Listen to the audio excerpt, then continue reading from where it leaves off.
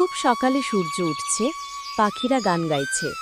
ছোট্ট রাহিম বাবার হাত ধরে মাঠে হাঁটছে। বাতাসে তাজা ঘাসের গন্ধ, চারপাশে পাখির কলরব আর পাতার মৃদু সরসর। বাবা হেসে বলল, আজ গরু আর ছাগলগুলোকে মাঠে চড়াতে হবে। রাহিম ছুটে গেল তার প্রিয় গরু মুন্নির কাছে।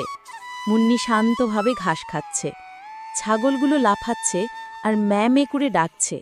সাদা কালো ধূসর রঙে ছাগলগুলো দারুণ মজায় আছে। হঠাৎ রাহিম দেখে কিছু রঙিন পাখি ধান খাচ্ছে। সে বলল, বাবা, পাখিরা ধান নষ্ট করছে। বাবা বলল, না রে রাহিম, ওদেরও খেতে হয়, ওরাও বাঁচার চেষ্টা করছে।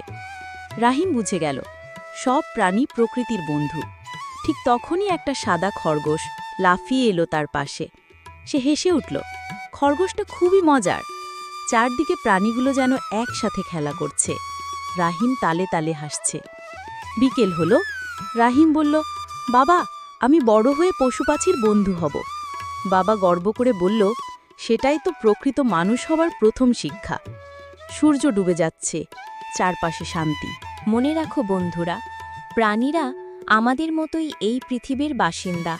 ওদের ভালোবাসা মানেই প্রকৃতিকে ভালোবাসা।